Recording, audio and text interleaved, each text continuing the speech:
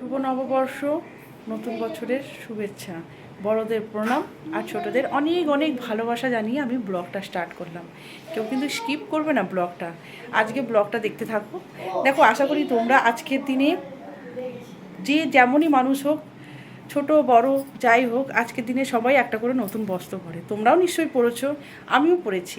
যার যেরকম ক্ষমতা সে সেরকম অনুযায়ী একটা করে পরে। তো দেখো, আজকে ব্লগটা আমি স্টার্ট করেছি, এখনও পুজো দিইনি। আজকে তো এক শুভ নববর্ষ, পয়লা বৈশাখ, দ্বিতীয়ত আজকে একটু উপোস আছে। তা এখনও আমি পুজো দেওয়া হয়নি, জলও খাইনি। তা শরীরটা খারাপ দেখতে পাচ্ছ। আমার তো শরীর সবসময়ের জন্যই খারাপ থাকে, তো মাইন্ড করে লাভ নেই, কিছু মনে করো না। দেখো আমাদের বাড়িতে কে এসছে, দেখো স্টার্ট করে ফেললাম, দেখতে পাচ্ছ কে এসছে আমাদের বাড়িতে। শুনো, টাটা দে, হাই বল।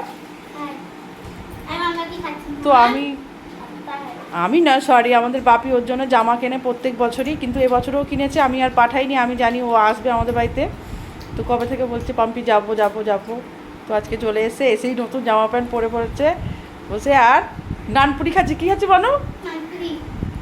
নানপুরি খেতে বসে গেছে ও আর আমার ছোটো ছেলে। দেখি মুখ তোলরি, ও তুলবে না, ও রাগ হচ্ছে কেন, এখন গিটার ক্লাসে যেতে হবে। তান বল, খাবে নাকি নতুন বছরের জন্য? বল, নতুন বছরের শুভেচ্ছা জানা।